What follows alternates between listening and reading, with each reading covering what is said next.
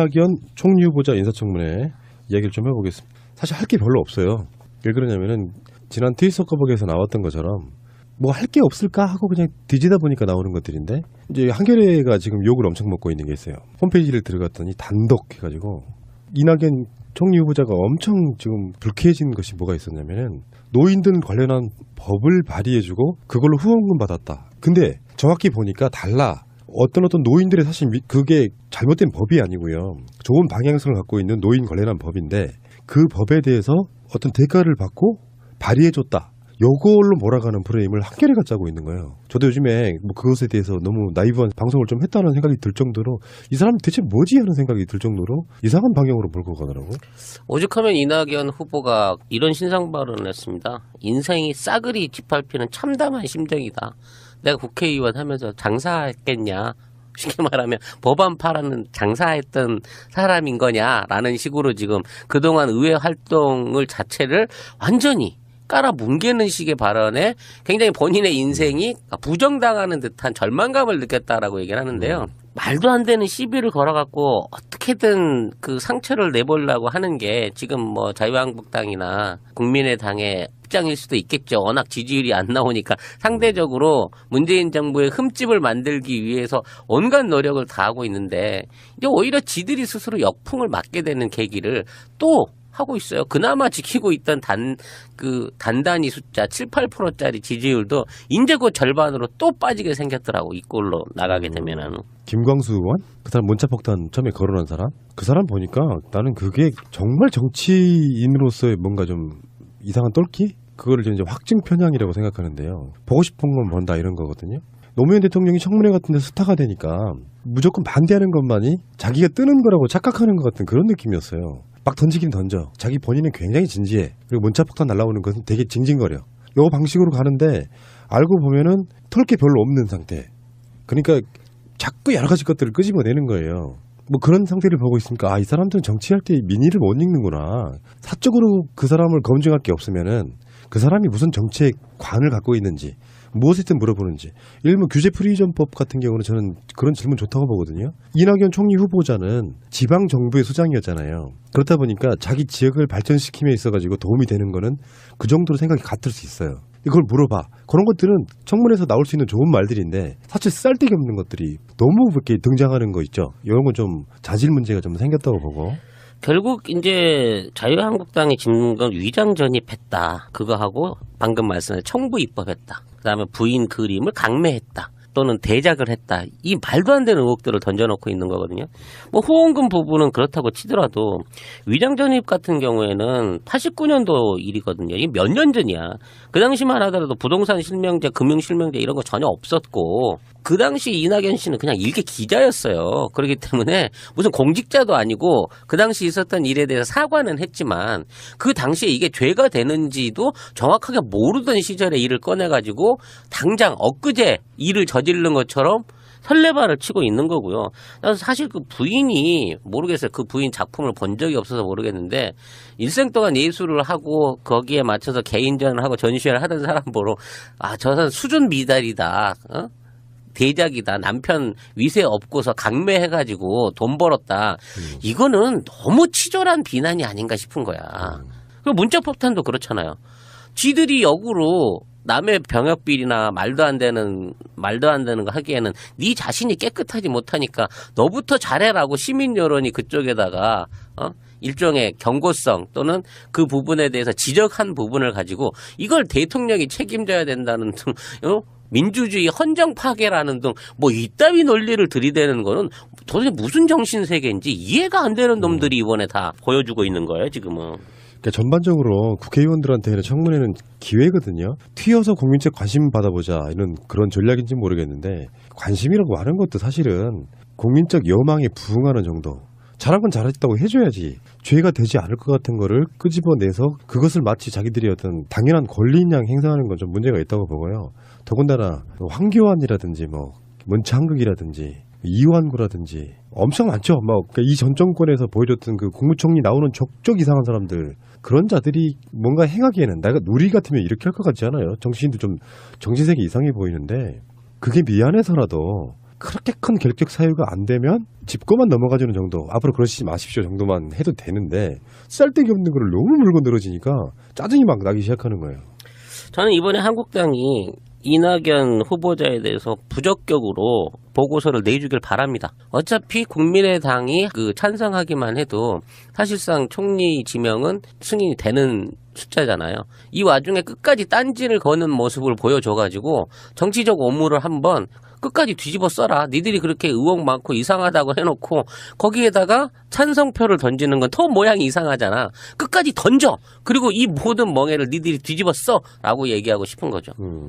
만일에 국민의당까지 반대 의견에 보고서를 낸다고 치면 국민의당이 그나마 남아있던 5%도 안 되는 호남 지지율을 다 까먹지 않고서는 그런 일이 있을 수 없을 거지만, 만일 국민의당까지 합쳐가지고 이걸 부결시킨다라는 사태가 오면, 야, 지금 있는 야당은 말 그대로 관뚜껑에 일집 덮는 꼴 될 거예요. 박멸로 가는 거죠. 그렇죠. 셀프 박멸. 지방선거 전에 박멸돼 버리는 거야, 그렇게 되면. 네. 제가 어제 트윗 속가보기 하면서 한 발언에 대해서 좀 정정을 해야 될 것 같은데요.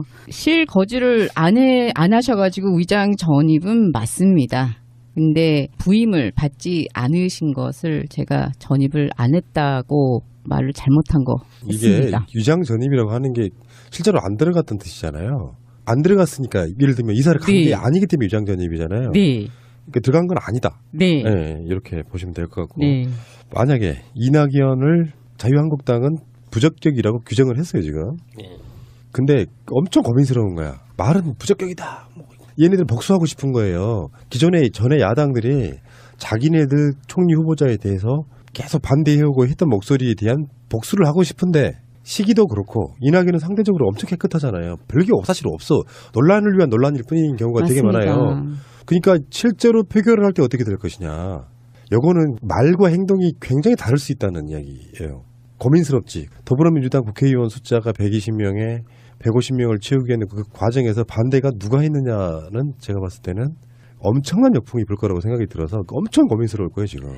그리고 사실 150을 채우기가 쉽지 않은 게, 지금 바른정당이 이번 청문회에서의 태도도 그렇고 반대 입장을 내세우지 않을 것 같은 가능성이 높아요. 오히려 민주당과 전에 선거 전에도 예상을 했지만 공당으로서의 독립성을 지켜가기 위해서 옳은 거는 옳다고 하고 틀린 건 틀리다고 하겠다라는 차원에서는 지금 있는 입장에서 바른정당이 반대해서 지금 자유한국당을 새 날라가게 만들어 버리면 오히려 정통 보수 입장에서는 더 많은 지지율과 당에 대한 그 관심을 끌어올 수 있는 여건이 될 수 있거든. 그러니까 지금 이 상황이 앞으로 펼쳐지게 될 여소야대 구대, 그리고 다당제 현재 체제 하에서의 앞으로의 정책이 어떤 방식으로 의회에서 의결될 것인가를 보여주는 바로미터가 되겠다는 생각이 드는 거예요. 이번 청문회도 자유한국당의 횡포를 보면서 그냥 정말 그 비판을 하고 싶고 비난을 하고 싶어서 하는 행동이 너무나도 그냥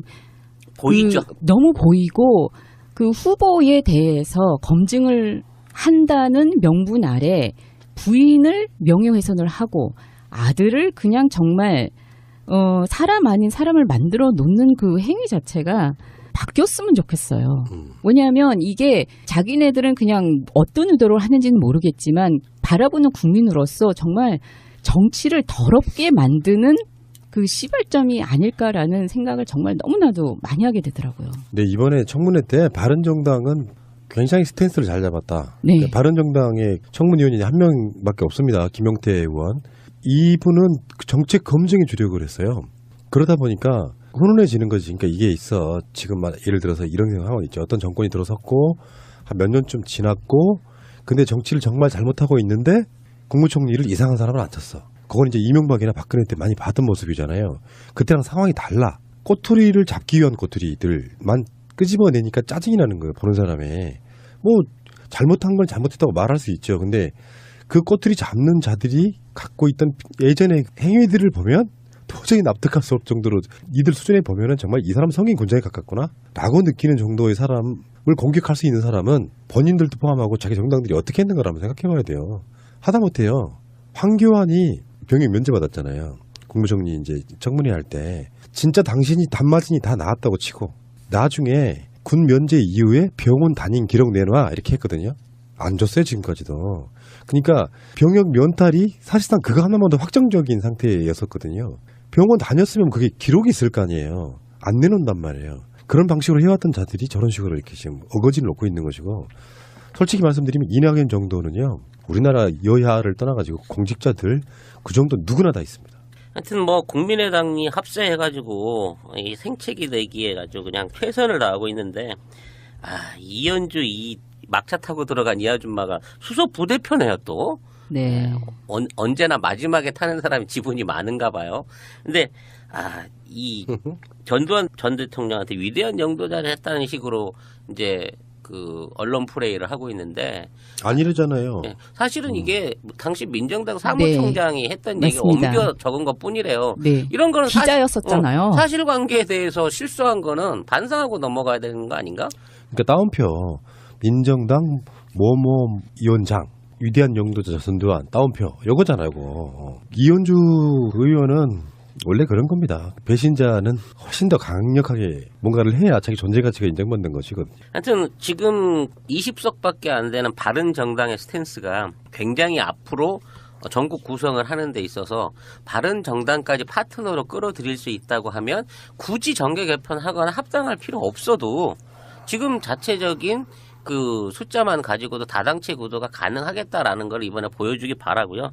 또 그 김용태 의원의 선전을 통해 가지고 이 캐리어 컬링으로 전 세계적인 스타가 되신 김무성 씨가 깎아먹은 지지율 빨리 회복하시기를 바랍니다. 그러고 보니까 같은 당이었구나.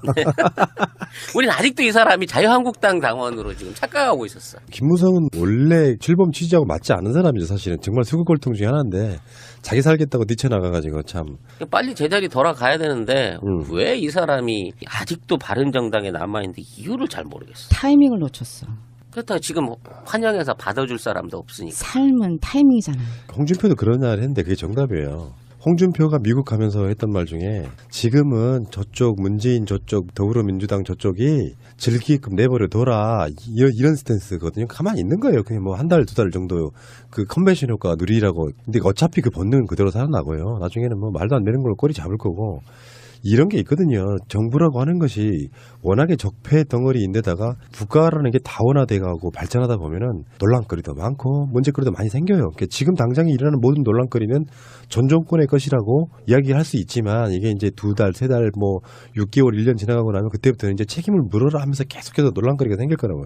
그럴 때 이제 물어뜯으면서 봐, 니들이 정권 잡아도 다를 게 없지 이렇게 물어뜯을 만한 기본적인 유전자, DNA를 갖고 있는 사람들이기 때문에 초장에 확실히 좀 대못질을 좀 해놔야 될 부분들은 분명히 있다고 보고요. 그리고 지금 문재인 대통령이 하는 방향성들은 아까 초반에 이야기를 했지만 국민들이 원하고 바라던 것들이 바로바로 이루어지는 그런 느낌이에요. 대통령이 직접 커피 타서 드시는 거 멋지잖아요. 그러면 커피를 타주는 인력들이 자기 업무로 돌아갈 수가 있어요.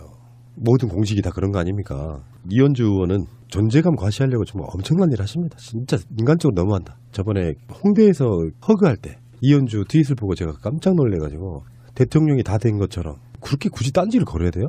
그 약속사항을 지키는 상황인데 막 변정거리고 있는 거예요. 이 사람 대체 뭘까? 정치적 감각이 있는 사람일까? 사람이 이런 게 있거든요. 국민에게 오늘 나온 문재인 대통령 국정 지지율 보면은 82, 3% 이렇게 나온단 말이에요. 사실은 국민 절대 다수가 찬성하고 있는 거잖아요. 잘하고 있다고. 그럼 거기에 덕담 하나 보내줘야 돼요. 요즘에 박영선 후보는 엄청 잘하잖아요. 반문의 대표 인사였는데 뭐라고 말을 했냐면 사람 하나 바뀌면 어떻게 나라가 바뀌는지를 실감하고 있다고 이렇게. 그러니까 그렇게 덕담도 필요해. 잘하고 있는 거에 대한 칭찬은 단 한마디도 없으면서. 아니 근데 박지원 대표는 왜 이렇게 아침마다 이렇게 칭찬을 쏟아대는 거야 그 사람은. 뭐 무슨 정치적 포션 생각을 갖고 합당하는 데 있어서 걸림돌이 안 되겠다는 자세를 보여주는 건가 뭔가. 이 양반도 정말 뇌구조가 이상한 것 같아. 박지원이 훨씬 더 정치적 감각이 있는 거죠. 아까 말한 잘하는 건 잘한다고 칭찬해줘야 나중에 깔 때 알리바이가 생기는 거예요. 그렇지. 근데 이현주 같은 경우는 칭찬이 없어요. 당연하고 잘한 것들에 대한 칭찬은 없어. 단지 눈에 거슬리는 것만 이렇게 막 뱉어내는 거거든요. 자기 스스로가 정치 생명을 단축시키는 일종의 셀프 파먹기 이렇게 돼버리는 거거든요. 그러니까 박지원은 잘하고 있는 거야. 잘하고 있는 걸 잘하고 있다고 해야지. 그리고 이번 청문회를 통해서 이제 새로운 트렌드가 청문회에서 상대방 의혹을 제기하거나 비리를 제기하는 의원들이 뒷조사 파기잖아. 이현주가 또 그 얘기를 했잖아요.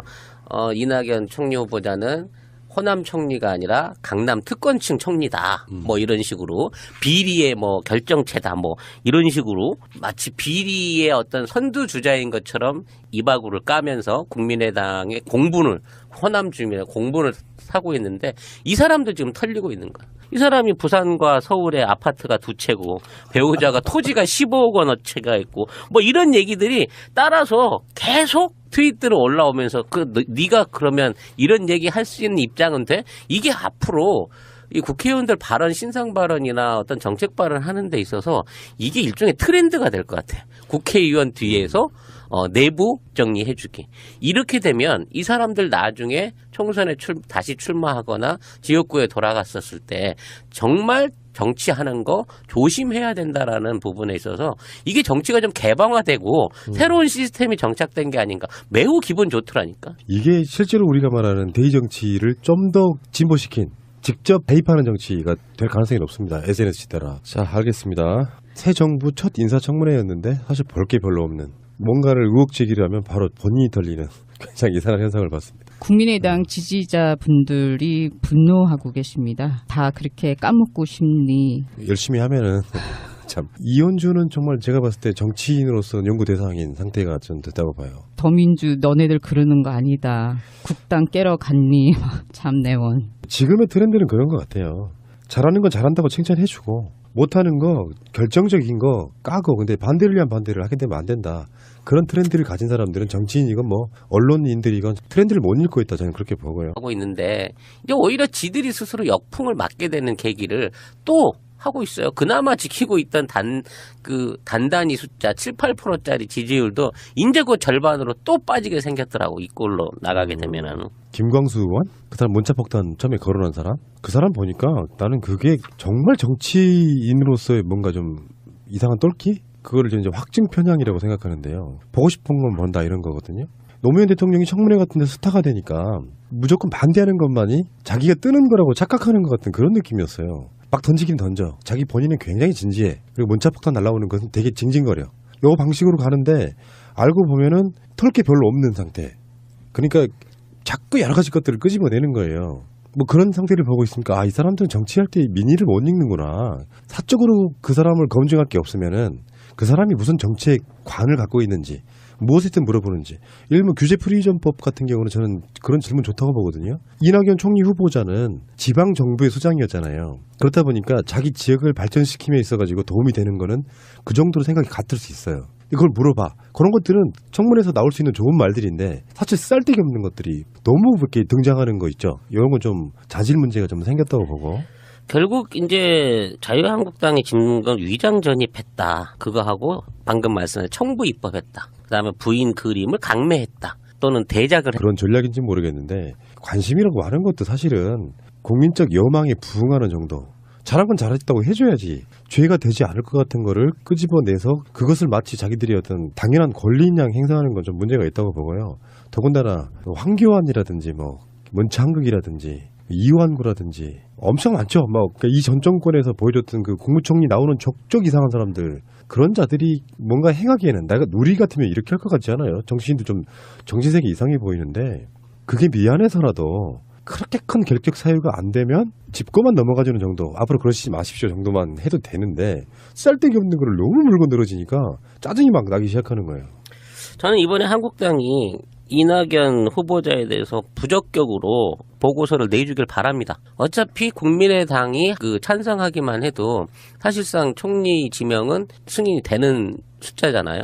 이 와중에 끝까지 딴지를 거는 모습을 보여줘가지고 정치적 오물을 한번 끝까지 뒤집어 써라. 니들이 그렇게 의혹 많고 이상하다고 해놓고 거기에다가 찬성표를 던지는 건 더 모양이 이상하잖아. 끝까지 던져. 그리고 이 모든 멍해를 니들이 뒤집어 써라고 얘기하고 싶은 거죠.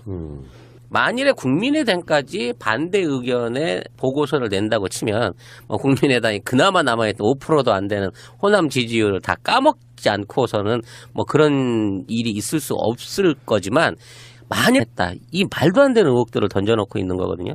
뭐 후원금 부분은 그렇다고 치더라도 위장 전입 같은 경우에는 89년도 일이거든요. 이게 몇 년 전이야. 그 당시만 하더라도 부동산 실명제, 금융 실명제 이런 거 전혀 없었고 그 당시 이낙연 씨는 그냥 일개 기자였어요. 그렇기 때문에 무슨 공직자도 아니고 그 당시 있었던 일에 대해서 사과는 했지만 그 당시에 이게 죄가 되는지도 정확하게 모르던 시절의 일을 꺼내가지고 당장 엊그제 일을 저지른 것처럼 설레발을 치고 있는 거고요.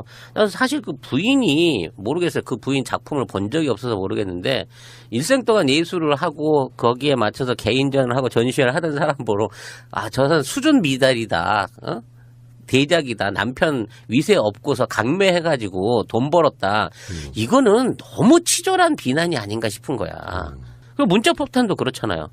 쥐들이 역으로 남의 병역비리나 말도 안 되는 거 하기에는 네 자신이 깨끗하지 못하니까 너부터 잘해라고 시민 여론이 그쪽에다가 일종의 경고성 또는 그 부분에 대해서 지적한 부분을 가지고 이걸 대통령이 책임져야 된다는 등 민주주의 헌정 파괴라는 등 뭐 이따위 논리를 들이대는 거는 도대체 무슨 정신 세계인지 이해가 안 되는 놈들이 이번에 다 보여주고 있는 거예요 지금은. 그러니까 전반적으로 국회의원들한테는 청문회는 기회거든요. 튀어서 국민적 관심 받아보자. 이런 이낙연 총리 후보자 인사청문회 이야기를 좀 해보겠습니다. 사실 할 게 별로 없어요. 왜 그러냐면은 지난 트윗 거북에서 나왔던 것처럼 뭐 할 게 없을까 하고 그냥 뒤지다 보니까 나오는 것들인데 이제 한겨레가 지금 욕을 엄청 먹고 있는 게 있어요. 홈페이지를 들어갔더니 단독 해가지고 이낙연 총리 후보자가 엄청 지금 불쾌해진 것이 뭐가 있었냐면은 노인들 관련한 법을 발의해주고 그걸로 후원금 받았다. 근데 정확히 보니까 달라. 어떤 노인들의 사실 그게 잘못된 법이 아니고요. 좋은 방향성을 갖고 있는 노인 관련한 법인데 그 법에 대해서 어떤 대가를 받고 발의해줬다. 요걸로 몰아가는 프레임을 한겨레가 짜고 있는 거예요. 저도 요즘에 뭐 그것에 대해서 너무 나이브한 방송을 좀 했다는 생각이 들 정도로 이 사람이 대체 뭐지 하는 생각이 들 정도로 이상한 방향으로 몰고 가더라고. 오죽하면 이낙연 후보가 이런 신상 발언을 했습니다. 인생이 싸그리 짓밟히는 참담한 심정이다. 내가 국회의원 하면서 장사했겠냐.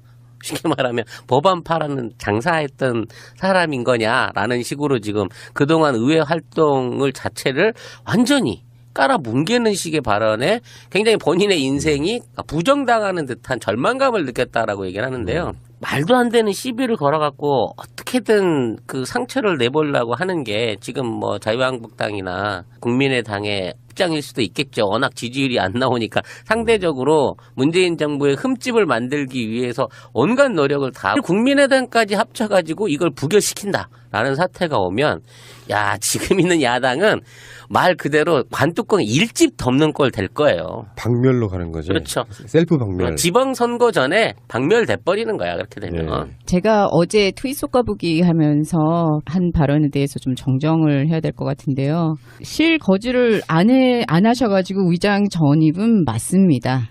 근데 부임을 받지 않으신 것을 제가 전입을 안 했다고 말을 잘못한 거 같습니다. 이게 위장 전입이라고 하는 게 실제로 안 들어갔던 뜻이잖아요. 안 들어갔으니까 예를 들면 이사를 간 게 아니기 때문에 위장 전입이잖아요. 네. 그러니까 들어간 건 아니다. 네. 네, 이렇게 보시면 될 것 같고 네.